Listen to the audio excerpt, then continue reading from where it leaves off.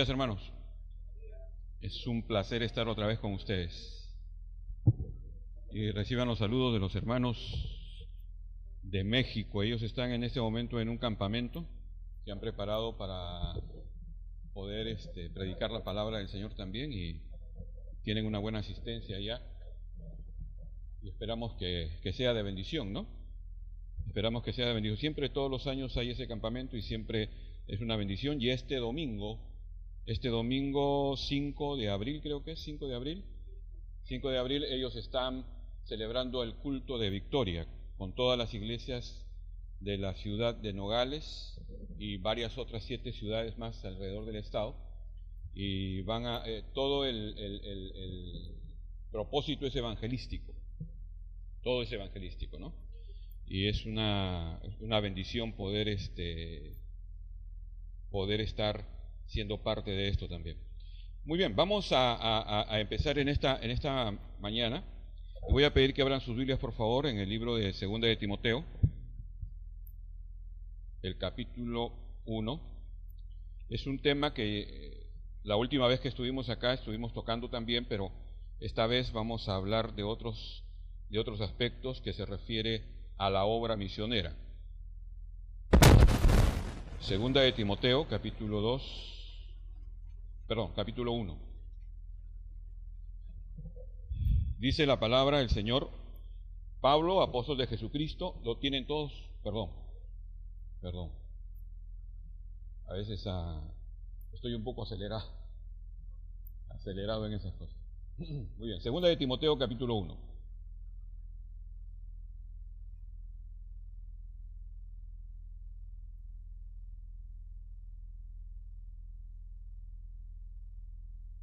¿Sí? ¿Lo tenemos?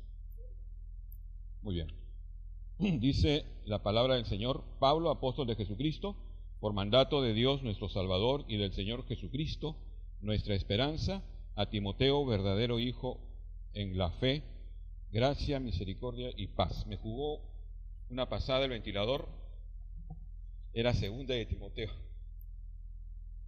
Me tiró la hoja para el otro lado. Segunda de Timoteo, capítulo 1. Leemos otra vez. Pablo, apóstol de Jesucristo, por la voluntad de Dios, según la promesa de la vida que es en Cristo Jesús, a Timoteo, amado hijo, gracia, misericordia y paz de nuestro Señor. Doy gracias a Dios, al cual sirvo de mis mayores con limpia conciencia, de que sin cesar me acuerdo de ti en mis oraciones, noche y día, deseando verte al acordarme de tus lágrimas para llenarme de gozo, trayendo a la memoria la fe no fingida que hay en ti, la cual habitó primero en tu abuela Loida y en tu madre Eunice, y estoy seguro que en ti también. Por lo cual te aconsejo que avives el fuego del don de Dios que está en ti por la imposición de mis manos, porque no nos ha dado Dios espíritu de cobardía, sino de poder, de amor y de dominio propio. Oremos, hermanos. Señor, te damos gracias porque tu Espíritu Santo está aquí, porque sabemos que tú tienes propósitos grandes para con tu iglesia, con cada uno de tus hijos. Y Señor, te rogamos en esta hora que ese Espíritu Santo que mora en nosotros esté obrando en cada mente y en cada corazón para poder comprender, entender lo que tú tienes en tu palabra para cada uno de nosotros. Rogamos, Señor, que nos instruyas, rogamos, Señor, que nos guíes, rogamos, Señor, que tú seas la primera prioridad en cada una de las intenciones de nuestro corazón y que podamos seguir obedientes a tu palabra. En Cristo Jesús te rogamos. Amén. Muy bien, aquí encontramos algo muy importante que tiene que ver con el llamado del apóstol Pablo. Y cuando hablamos del llamado del apóstol Pablo, pensamos en varias cosas. Generalmente pensamos en que es el llamado solamente para ciertos ministros, para ciertos... es lo que generalmente se piensa, ¿no? Es para solamente aquellos que servimos a tiempo completo, de alguna manera, si queremos usar esa palabra, a tiempo completo en diferentes ministerios. La iglesia ha olvidado mucho de eso porque no ha podido comprender la magnitud del llamado del Señor en este sentido. Cuando Pablo dice específicamente, Pablo, apóstol de Jesucristo, por la voluntad de Dios, por la voluntad de Dios. Pablo está expresando un compromiso. Pablo está expresando un llamado especial. Pablo está expresando algo muy importante en su vida. Y lo que está expresando de importante en su vida es que él es llamado por la voluntad de Dios. Cuando el llamado es un llamado genuino por la voluntad de Dios, entonces esto genera algo muy importante en el corazón de aquel que ha sido llamado por Dios. Y eso que genera Dios en el corazón a través de su Espíritu Santo se llama pasión. Y esa pasión se va a involucrar dentro del ministerio que el Señor le ha dado específicamente. La iglesia del Señor debe entender y debe comprender que ese llamado no solamente es para su pastor, que eso no solamente es para su misionero o para los líderes que están dentro de la iglesia. La iglesia de hoy en día debe entender que ese llamado es extensivo a cada uno de los miembros de la iglesia. Y así como el misionero, el pastor o el líder se entregan con pasión a ese ministerio que Dios le ha entregado, es que cada uno de los miembros de la iglesia debemos entregarnos con esa pasión, con esa misma pasión. Ahora, hay muchas cosas que suceden. Por ejemplo, nuestra vida está inmersa, sumergida de las 24 horas del día solamente dentro del ministerio. Y pues los hermanos de la iglesia, ellos tienen cada uno sus trabajos, tienen cada uno sus ocupaciones, y eso a ellos les parece un impedimento para poder entregar todo su ser. Pero la Biblia nos enseña, y el Señor nos enseña, que Él llamó a una iglesia misionera. Hay muchas iglesias hoy en día que quieren ser misioneras, pero se han olvidado que Dios llamó a una iglesia misionera. Llamó a una iglesia para hacer misiones.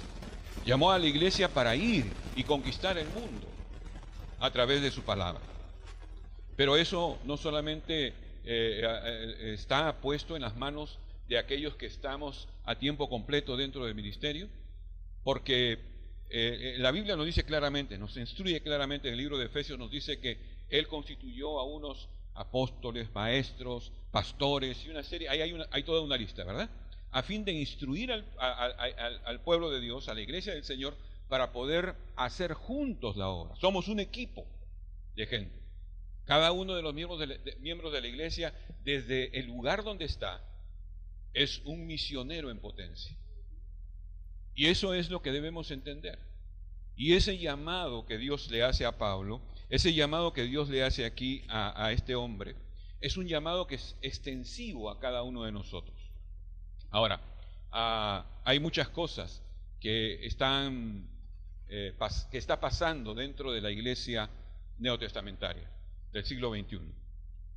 He podido ver, por ejemplo, en varios países, especialmente latinoamericanos, que hay muchas conferencias, que hay muchas capacitaciones. En Bolivia es una cosa increíble, aquí en Perú también. Y nos emocionamos cuando hay todas esas cosas. Y nos motivamos cuando hay todas esas cosas. Pero ¿cuál es el resultado de esas cosas? ¿Cuál es el resultado de esas bendiciones que decimos recibir cada vez que hay una conferencia, cada vez que hay un desafío misionero? Hay mucha gente que sale, hasta llora, promete y una serie de cosas, promete sostener misioneros y una serie de actitudes que aparentemente son buenas, pero después eso se diluye. Después eso queda prácticamente en nada. ¿Por qué?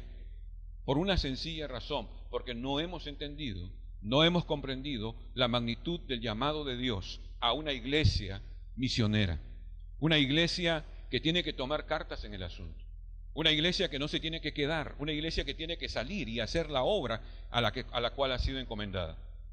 Y yo valoro mucho lo que ustedes hacen aquí constantemente y la forma como lo hacen. Pero hay varias cosas que tenemos que considerar. Una de ellas es el hecho de poder contagiar a otros. ¿Cómo contagiar a otros de este entusiasmo de poder reunirse, orar por las misiones y llevar adelante la tarea, el trabajo que Dios nos ha entregado? ¿De qué manera? Y yo pienso que hay una sola manera que nos muestra la palabra del Señor. Y esa única manera es con esa pasión que el Señor ha puesto en nuestros corazones para ser misioneros. Dios Jesús utilizó a 12 hombres. Él no vino con un plan para multitudes, Él vino con un plan para 12 hombres. Y con 12 hombres transformó la historia de la humanidad. Esos hombres eran imperfectos, esos hombres tenían defectos, esos hombres tenían limitaciones, esos hombres tenían dudas, tenían una serie de cosas. Pero Dios los utilizó. Y Dios los utilizó en la medida que ellos se entregaron, comprendieron y se entregaron y entendieron la magnitud de la misión que tenían que hacer. El apóstol Pablo fue llamado cuando estaba persiguiendo a la iglesia cristiana. Tenía una pasión por el Señor, pero una pasión equivocada. Y eso es algo que pasa muchas veces en nuestras iglesias, una pasión equivocada con respecto a eso. Las misiones están a un lado. Las misiones son una caja chiquitita. No es que se agarra dinero de allí, a veces sí, pero es una caja muy chiquita, cuando debe ser el todo de la iglesia, cuando debe ser el todo del propósito de la iglesia. Cuando en nuestras iglesias tendríamos que programar oraciones como las que ustedes programan aquí, para poder levantar líderes. ¿Por qué no? Porque hay escasez de misioneros y escasez de hombres y mujeres que quieren ir al campo, justamente por eso. Porque en nuestras iglesias no motivamos esas cosas. Porque no hemos entendido lo que Pablo entendió: por la voluntad de Dios soy llamado. No porque yo quiero, sino por la voluntad única y específica de Dios. Y dice aquí claramente, según la promesa de la vida que es en Cristo Jesús. Había una promesa que tenía que anunciarse. Había una promesa que tenía que decirse al mundo. Y esa promesa, Él nos la ha confiado a nosotros. Estaba escuchando la oración de nuestro hermano Trammell en cuanto a Nigeria, en cuanto a esas cosas que pasaron allá en ese lugar. Pues a nosotros nos ha sido confiada esa misión de poder ir allá. Y podemos decir muchas veces, desde que yo conozco al Señor hace muchos años atrás, por la gracia de Él, yo soy peruano y no tengo los recursos para ir. Y es cierto. Yo no le digo que no, es cierto. Pero sabes, peruano, tú tienes un Dios grande, único, que puede hacer grandes cosas contigo y que puede llevarte a ese lugar. Solamente tienes que, lo único que tenemos que hacer es entregar nuestras vidas al Señor, con esa pasión que Pablo se entregó y con esas cosas que él hizo, en cuanto a todas estas cosas a las cuales estaba encomendado. Si nosotros buscamos en Hechos capítulo 1, versículo 8, en Hechos capítulo 1, versículo 8, vamos a encontrar ahí algo muy importante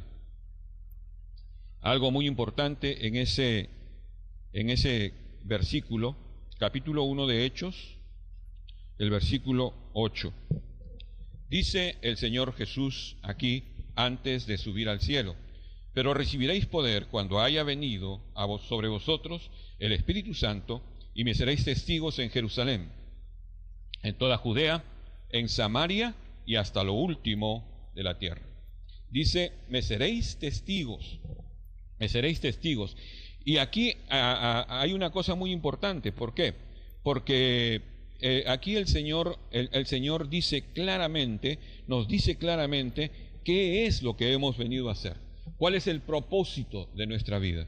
Hoy en día hay muchas iglesias que se reúnen solamente para hacer vida social, para poder hacer una hermandad cristiana donde donde pueda haber compañerismo, donde pueda haber, en México le dicen convivio, acá le llamamos comunión, koinonía, una reunión social dentro de la iglesia. Hay comida, bebida, sanamente, ¿verdad? Y nos divertimos y hay congresos y una serie de cosas. Y eso es bueno, pero solamente nos hemos conformado con eso. Solamente nos hemos conformado con eso y hemos olvidado lo que el Señor dice y lo que el Señor nos ha mandado y lo que el Señor nos ha entregado. Y dice, recibiréis poder. ¿Dónde está el poder de la iglesia neotestamentaria? ¿Dónde está el poder de esa iglesia que tiene una tarea, y esa tarea es conquistar las almas para Cristo? Ese poder es el que debemos mostrar. ¿Cómo contagiar a otros? Pero soy yo solito, ¿ok? Hay algo muy importante. Tú y Dios son mayoría, mi hermano. Mi hermano. Y tú sin Dios no eres nada. Yo sin Dios no soy nada. Y yo con Dios sí puedo hacer grandes cosas en la obra que Él me ha mandado a hacer. Por eso dice acá, recibiréis poder. ¿Dónde está ese poder? Ese poder radica en reunirnos socialmente. Ese poder radica en ir a las conferencias y emocionarnos y después diluir todas estas cosas y no hacer nada para la obra del Señor. ¿Ahí radica ese poder? No, yo creo que no. Yo creo que ese poder tiene que ser mostrado. Tiene que ser mostrado en la participación directa de la iglesia. En la participación directa de aquellos que decimos que somos cristianos. De aquellos que hemos sido llamados por Dios. De aquellos que tenemos ese privilegio de ser enviados por el Señor para hacer la obra que Él nos ha encomendado. Nosotros encontramos que en base a ese llamado, en base a ese poder que el Señor nos ha entregado, que Pablo dice algo.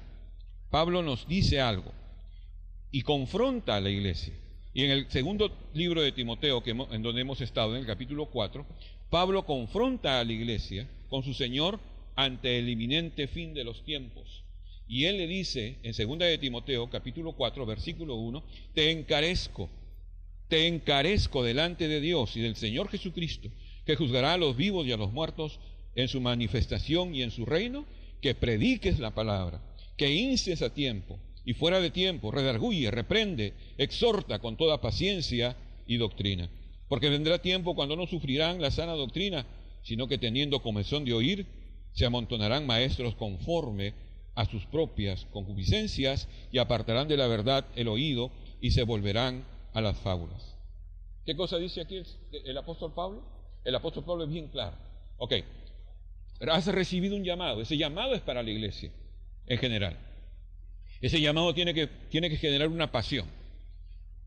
¿Y dónde radica el poder de ese llamado? En el poder que el Señor nos ha entregado para ir a todo el mundo y hacer su voluntad, predicando el Evangelio, predicando esa esperanza y ese tesoro. Y aquí el apóstol Pablo le dice, te encarezco, te pongo enfrente de Dios por ese llamado que Él te ha hecho. Te pongo enfrente de Dios por ese poder con el cual has sido investido.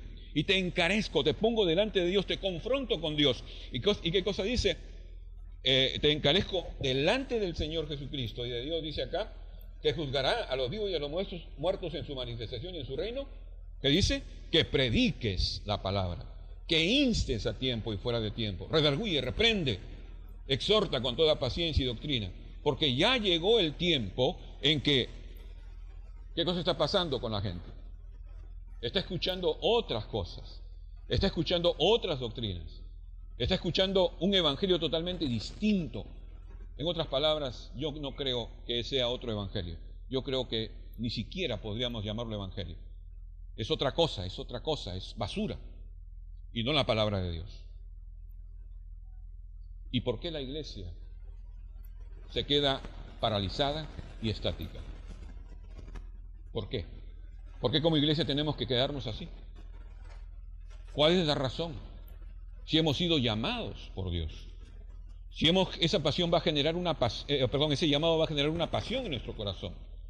Aparte de eso, tenemos el poder de Dios para poder ir adelante en el trabajo que Él nos ha entregado. Y por eso el apóstol Pablo desafía a la iglesia, confronta a la iglesia y le dice exactamente lo que tiene que hacer. Y en el versículo 5 dice, pero tú sé sobrio, soporta las aflicciones, haz obra de evangelista, cumple tu ministerio. Aquí hay condiciones que tenemos que poner o actitudes que tenemos que poner, frente a las condiciones que el mundo nos va a dar, nos va a presentar. En primer lugar, dice aquí en el versículo 5, tú sé sobrio en todo, sobrio, equilibrado. Pero soy peruano, no tengo recursos. Sí tienes recursos. Tienes un Dios grande. Tenemos un Dios grande que puede hacer muchas cosas y maravillas en nuestra vida. Dice, hoy día en el devocional con mi familia, estábamos leyendo una porción de la palabra del Señor y en la última parte el Señor dice, hasta ahora nada habéis pedido en mi nombre. Dice el Señor, llamad y se os abrirá. Buscad y hallaréis. Eso es lo que tenemos que hacer. Es tan simple como eso, pero tan complicado como nuestro razonamiento muchas veces, ¿no? Y eso es lo que tenemos que hacer, ser sobrios. ¿En qué? Dice, en todo. ¿Equilibrados en qué? En todo. Y cuando dice todo es absolutamente todo. ¿Ok? Yo encuentro que la palabra del Señor es un equilibrio en todo sentido. No se va ni para uno ni para otro lado. Entonces debemos tener un equilibrio en todo. Dice, sé sobrio en todo. La segunda cosa que dice en el versículo 5 dice, soporta las aflicciones. Si vas a querer hacer un trabajo misionero, si vas a querer obedecer el llamado de Dios, si vas a querer ir y predicar la palabra de Dios, si vas a querer ir y conquistar a esas naciones que no tienen a Cristo, vas a tener que sufrir. Vas a tener que sufrir. Hemos escuchado, hemos visto por internet cristianos quemados vivos, decapitados, ¿verdad? En el estado de Chiapas, en México, hay una tremenda persecución en este momento de cristianos también. ¿Se pueden imaginar? Pero ahí están y no renuncian porque saben en quién han creído, así como lo decía el apóstol Pablo. Soporta. Ahora, yo no puedo entender el concepto de muchas iglesias y el concepto de algunos pastores y misioneros que no se quieren arriesgar a hacer lo que el Señor dice. Porque tienen temor. Una vez predicando, recuerdo el año pasado en la iglesia, les decía a los hermanos al principio del año, les decía, ¿alguien sabe si va a terminar este próximo año? Vamos a estar todos juntos, así como en este primer culto, vamos a estar juntos el último culto del año. Y los hermanos ponían la cara de temor y decían, hermano, pero no hable de eso. Yo tengo la costumbre, cuando predico, hablo con la congregación. Ellos conversan conmigo, yo converso con ellos. Entonces, pero no diga eso, me dicen. Es de mal agüero esas cosas. ¿Cómo es posible que diga esas cosas? Pero ¿es la ley de la vida o no es la ley de la vida? ¿Quién tiene la vida comprada? Nadie. Muere un familiar, muere alguien querido, se va, hay alguna desgracia, hay alguna situación. Hoy en día está sufriendo nuestros hermanos en Tumbes y en Tacna, ¿verdad? Y también nuestros hermanos de la sierra, hay muchos huaicos, hay muchas lluvias, y ellos, el norte de Chile está muy afectado, y una serie de cosas, están sufriendo. Pero la Biblia nos ha avisado de que para trabajar en la obra de Dios vamos a sufrir. Pero tenemos temor de sufrir. Y no tenemos la entereza de poder entregar nuestras vidas sabiendo que hemos sido llamados, sabiendo que se nos ha sido entregado un poder directamente de Dios. Pero evitamos el sufrimiento. Es natural en el ser humano. Es natural en el ser humano. Pero hay algo que tenemos que aprender, algo que aprendí, algo que me enseñó el Señor. Señor, le dije un día, ¿hasta cuánto tengo que amar? ¿Hasta cuánto tengo que amar? Tú me amaste. Dime, ¿hasta cuándo tengo que amar? Y el Señor me contestó, hasta que te duela. Hasta que te duela. Y cuando uno entiende esas cosas, cuando uno comprende esas cosas, es que uno puede hacer siempre la voluntad de Dios. El Señor me dijo, tiene que dolerte como a mí me dolió. Trabajar en misiones, ir en misiones, duele. Muchas veces el abandono, la incomprensión y muchas otras cosas más. Pero la muerte, y el Señor nos dice, vas a sufrir, vas a tener que sufrir. Y el tema de 2 de Timoteo, las dos palabras clave de 2 de Timoteo son evangelio y sufrimiento, y las dos están juntas. Siempre en el tema de Pablo a Timoteo, Pablo le está diciendo qué es lo que le espera en el ministerio. La siguiente cosa que nos dice aquí el apóstol Pablo, o que le dice Pablo a Timoteo, dice, haz obra de evangelista. Haz obra de evangelista. ¿Qué tienes que hacer? Tienes que predicar el evangelio. ¿Ok? Haz obra de evangelista. ¿Y quién hace la obra de evangelista sino un misionero? ¿Quién hace una obra de evangelista sino que aquel que ha entendido la magnitud de ir con el mensaje?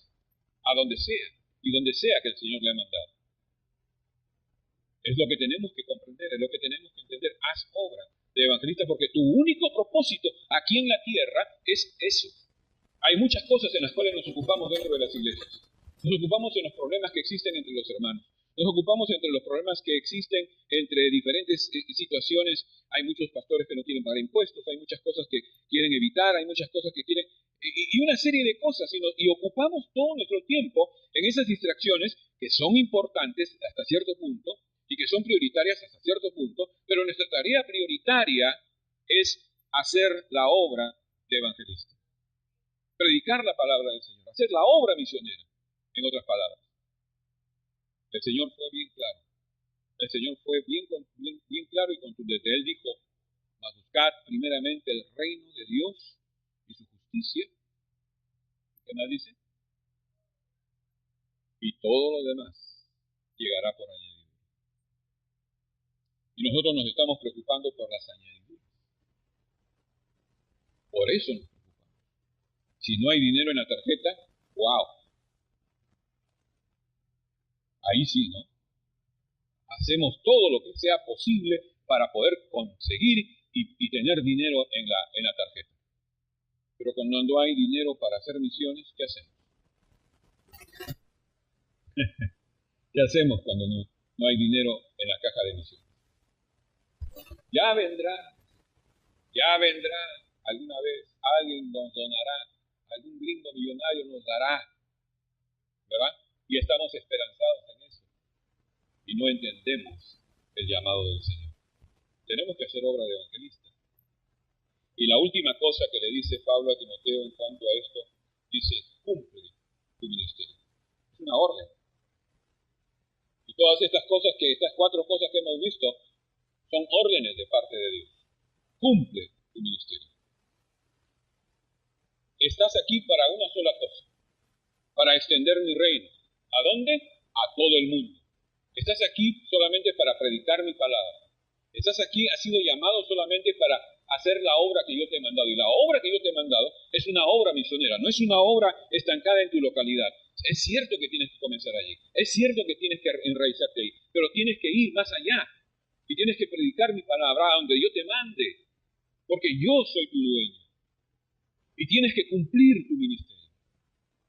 Y tienes que cumplir lo que yo te he entregado. Porque si no cumples, yo te voy a llamar a cuenta. Y no creas que va a ser fácil. No creas que va a ser fácil. Hay un tremendo desafío hoy en día para cada uno de nosotros. Y ese tremendo desafío está allá, afuera en las calles, con esa gente que no tiene a Cristo como su Salvador personal. Yo pienso que debemos orar por las misiones. Yo creo que debemos orar por las misiones. Pero yo creo más que eso. Yo creo que debemos tomar nuestro arado e ir a las misiones. No solamente orar por las misiones. Tenemos que ir a donde el Señor nos ha mandado. ¿Recursos? El Señor se va a encargar de eso. El Señor nos dijo claramente, dice, vosotros no me escogisteis a mí, dice el Señor. Yo os escogí a vosotros, dice el Señor. Y si yo te escogí a ti, yo me voy a encargar de tus recursos. Y yo me voy a encargar de suplirte todo lo que necesitas. Simplemente obedéceme y haz lo que yo te he mandado hacer. ¿Qué vamos a hacer con el desafío de Dios? Pablo confronta a la iglesia y le dice, te encarezco, te pongo delante de Dios con este llamado. Te pongo delante de Dios con esta pasión que ha generado este llamado en mi corazón.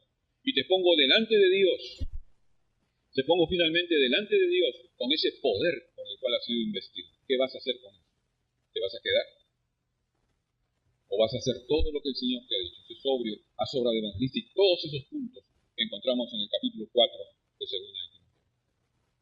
Recuerde, va a sufrir.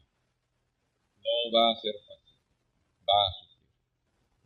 Pero solamente aquel que está dispuesto a amar de verdad va a entender que el sufrimiento no tiene ningún significado cuando ama de verdad. Él lo hizo. Él vino. Él tomó la decisión de venir. Él tomó la decisión de salvarnos a pesar de lo que somos. Y vino a esta tierra por amor. Él espera que nosotros podamos tomar la misma decisión.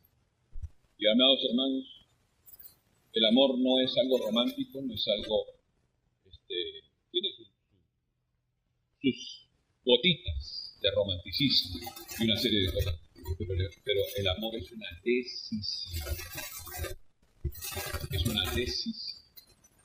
Y si yo decido amar a Dios, decido amarlo incondicionalmente e ir a donde Él quiera que yo vaya. Porque Él me amó de esa manera. Él decidió amarme y vino por mí y se entregó por mí. Y yo tengo que entregarme. El día que nosotros como iglesia entendamos eso, decidamos amar a Dios, yo creo que las cosas van a cambiar. El que tiene oídos para oír, oiga, dice el Señor. Oremos. Señor, te damos gracias por este tiempo, te damos gracias por tu palabra, te damos gracias porque es tu palabra. Te damos gracias simplemente porque nosotros somos instrumentos en tus manos y lo único que hacemos es anunciar tu palabra, anunciar lo que ya tú nos has dejado aquí, anunciar lo que ya has establecido. Y te rogamos, pues, Señor, que tú nos ayudes a entender, a comprender que hay un compromiso tremendo contigo, que hay una decisión que tomar. Y esa decisión es la decisión de amarte.